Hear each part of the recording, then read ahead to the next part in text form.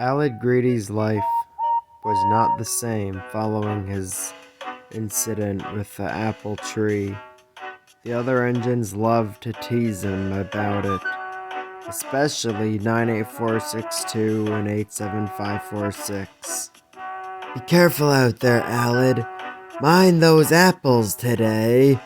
It's Apple Greedy. First being told off by the old-timer, now being laughed at by the nameless ones. At least my work's more important than theirs. Wish they'd remember that. At first, the other engines found the teasing a great joke, but eventually, Aled began boasting about his importance to such an extent that it was worse than before he crashed into the apple branch. Even the coaches twittered nervously if they thought they were to be pulled by him. Making out like he runs the railway or something. It's disgusting, Henry grunted. I wish I could think of some way to teach him a lesson, huffed Winston, but I just can't seem to think of anything. Fortunately, he wouldn't have to do anything. The railway was getting lower and lower on coal, so Gordon and the bigger engines had to take on very little coal, much to their annoyance.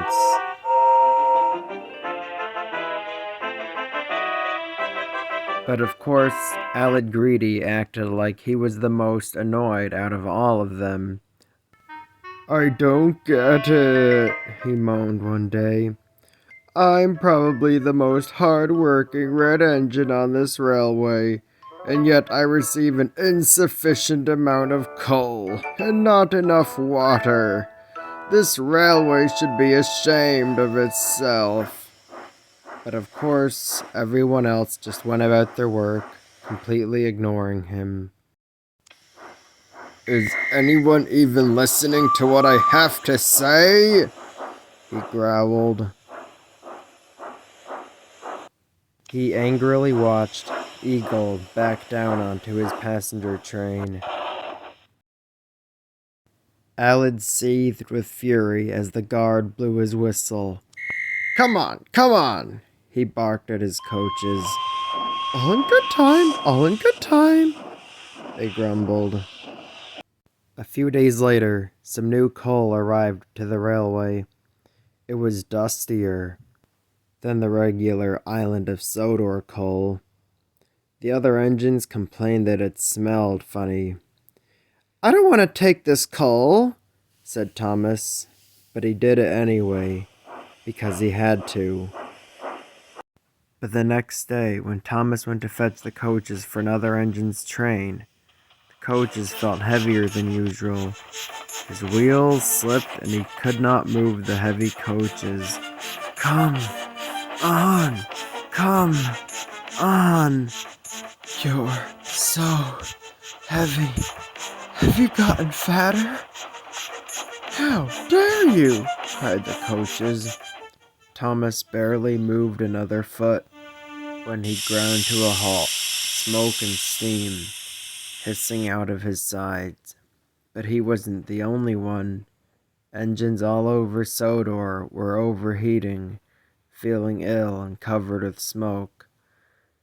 The others tried to warn Aled Greedy. Huh! I'll bet that you two only broke down because you're little engines who can't handle the strength of the coal.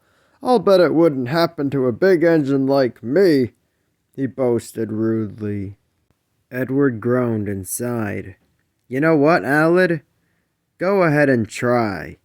I'm not even going to try and talk sense into you anymore. Aled Greedy smirked. You know what? I will, just to prove you, old iron, wrong, he sniggered while puffing pompously away. Even 98462 was tired of Aled's ignorance. Soon Aled Greedy entered the platform where his coaches were waiting. He glanced over and saw 4 trucks filled with the new coal. An idea flew into his funnel. Oh, driver, Wouldn't you want to make my passenger run as smooth as possible?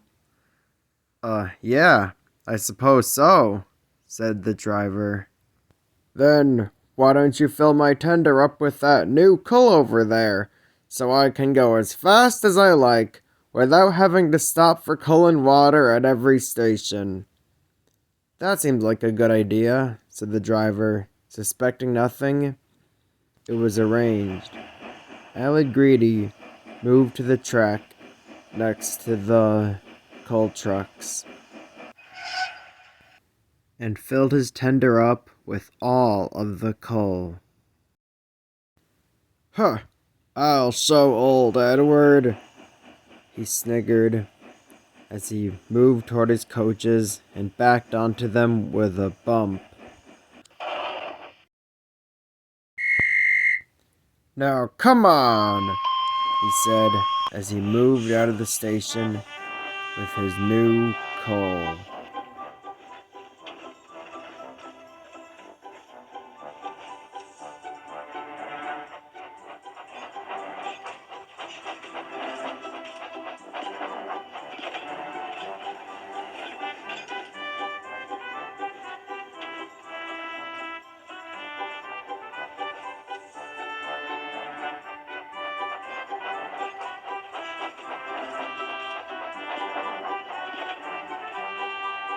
Suddenly, Aled Greedy began to feel a little strange. I must be going too fast. Then, smoke and steam began to burst from his insides, and he found himself going slower and slower right in front of Henry's tunnel. He was letting off steam like anything. He was stuck. Then suddenly, out of the tunnel, came Eagle and Sir Topham Hatt, right next to Aled Greedy. Eagle couldn't help but laugh. Well, well, well, he chuckled. Looks like we found the culprit who stole all the coal. What's the matter, Aled Greedy? You look a little red. Then out of the coaches stepped Sir Topham Hatt. Well, Aled, I can't say I'm proud of what you did, because, well, I'm not. I'm actually quite disappointed. How could you take all the coal when you knew it was meant for all the engines? You ought to feel ashamed of yourself. Yes, sir, Aled said solemnly. But I should be thanking you, because I needed a way to get rid of all that bad coal, since some new good coal is on the way here. So, in a way, your greediness helped me. He spun on his heel and turned away laughing. Eagle laughed too. He couldn't wait to tell Edward all about it. That night, Aled slunk into the sheds. There was a whisper from behind him. Hey, Aled Greedy, do you want to take my special freight train? It's full of coal so you can be as greedy as you like. Aled seethed in silence. All of the engines laughed, including 98462 and 87546. Aled Greedy thought that for big mainline engines, they were being very silly indeed.